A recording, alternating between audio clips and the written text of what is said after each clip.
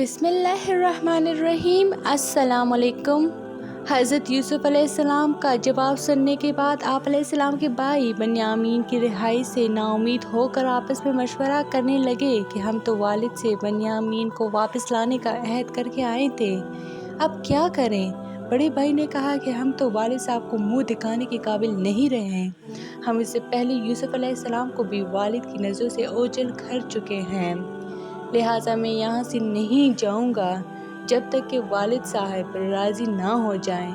या अल्लाह ताला इस बात का फ़ैसला फरमा दे, यानी या तो मैं बन्यामीन को साथ लाने में कामयाब हो जाऊँ या मुझे मौत आ जाए। तुम वालिद मोहतरम से ये वाक़या बयान कर दो। चुनांचे आपस में मशवरा करने के बाद भाई मिस्र से चल पड़े और अपने वालिद मोहतरम की खिदमत पर जाकर सूरत हाल बयान की और कहा कि जब हमने अहद किया था तो हमें इल्म ना था कि बन्यामीन चोरी करेगा। हमसे तो अजीज़ मिस्र ने चोरी की सज़ा पूछी थी, जो हमने अपने दीन के मुताबिक बता दी। अगर आपको हमारी सच्चाई का एतबार नहीं है तो इस काफ़िले वाले से पूछ ले जिसके साथ हम आए हैं। हज़रत यूसुफ़ अलैहिस्सलाम के भाइयों से सूरत हाल का पता चलने पर हज़रत याकूब अलैहिस्सलाम का पुराना गम ताज़ा हो गया। आप अलैहिस्सलाम ने इस वाक़े पर अफसोस का इजहार करते हुए वही जुमला कहा जो हज़रत यूसुफ़ अलैहिस्सलाम का सदमा मिलने पर कहा था, और उस वाक़े पर सब्र करने के साथ साथ ये उम्मीद भी ज़ाहिर की कि अनकरीब अल्लाह ताला उन सब यूसुफ़ और बन्यामीन को मुझसे मिलवाएगा। हज़रत याकूब अलैहिस्सलाम ने अपने बेटों से कहा कि अल्लाह ताला की रहमत बड़ी वसी है, लिहाजा तुम उसकी रहमत से नाउमीद ना हो और हज़रत यूसुफ़ अलैहिस्सलाम और बन्यामीन को तलाश करो। नाउमीदी कुफ़ार का शेवा है। मुसलमान कभी भी अल्लाह ताला की रहमत से नाउमीद नहीं होते। हज़रत याकूब अलैहिस्सलाम के कहने पर तमाम भाई हज़रत यूसुफ़ अलैहिस्सलाम और बन्यामीन को तलाश करने के लिए मिस्र की तरफ चल पड़े।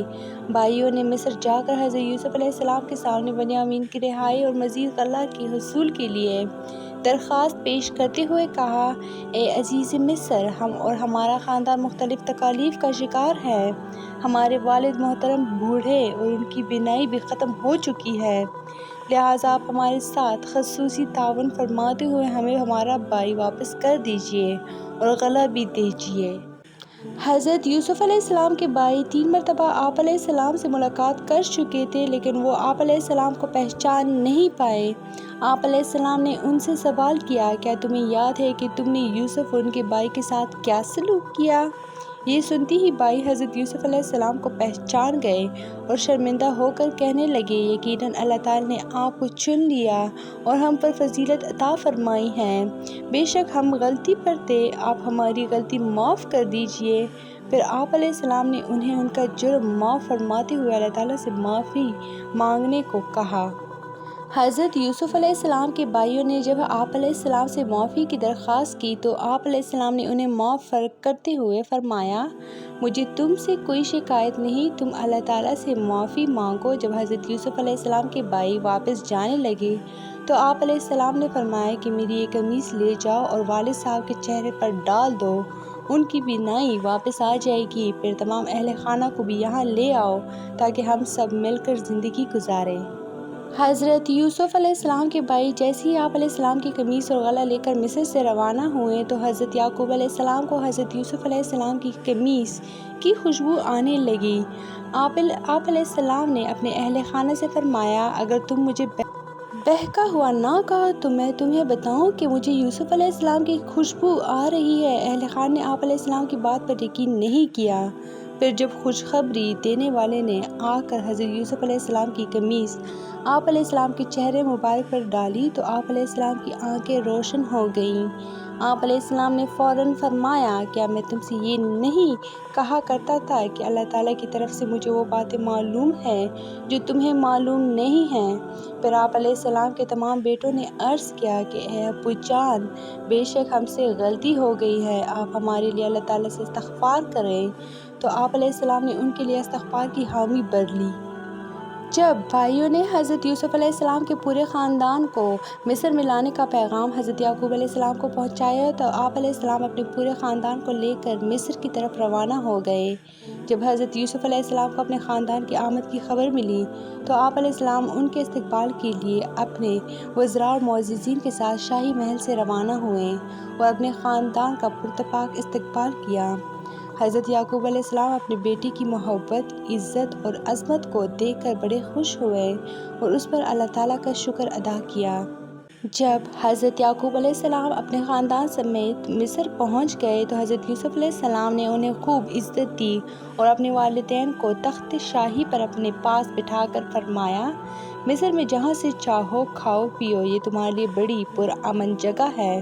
پھر آپ علیہ السلام نے اپنے والدین کو اپنے تخت پر بٹھایا۔ آپ علیہ السلام کے والدین اور 11 بھائی آپ علیہ السلام کے سامنے سجدہ میں گر گئے۔ جیسے ہی حضرت یوسف علیہ السلام نے ماں باپ اور 11 بھائیوں کو سجدے کی حالت میں دیکھا تو فوراً کہا، اے ابا جان، یہ میری اسی خواب کی تعبیر ہے جو میں نے بچپن میں دیکھا تھا۔